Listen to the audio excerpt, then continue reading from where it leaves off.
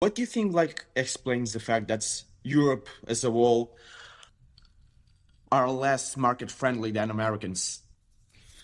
Let me try the easy one first, which is that I think Americans are, to a substantial degree, to at least over half of Americans, are people who were the adventurous Europeans.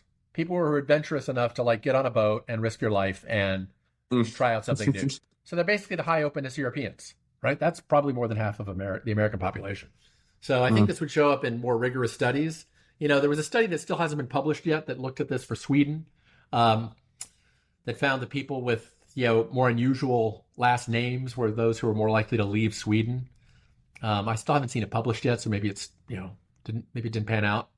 But the idea that people who that Europe that the lower openness Europeans were the ones who stayed behind is probably quantitatively important, I think, for explaining this. It's also Mm. possible to pick something that I think is more in the European tradition, that Europe's high population density and its proximity to Russia meant that in the 20th century, after the revolution, after the communist revolutions in Eastern Europe, that made Western Europeans much, much more worried about worker revolts. And it's also possible there was just a raw social contagion element that basically sort of leftist ideas, communist ideas were culturally diffusing through a sort of geographic proximity. Could be propaganda channel too. Mm. Um, but but even from the late 19th century on, right, we saw the rise of social democratic parties in Europe that were sticking hard to worker rights, toward incipient welfare states. And part of that is, I think, due to the high urbanization, high population density in Europe, which meant that urban revolutions could create huge, huge problems.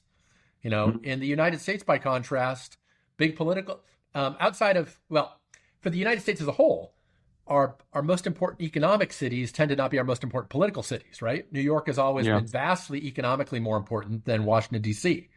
Yeah. So, and whereas Paris, London, Berlin for most of its history, right?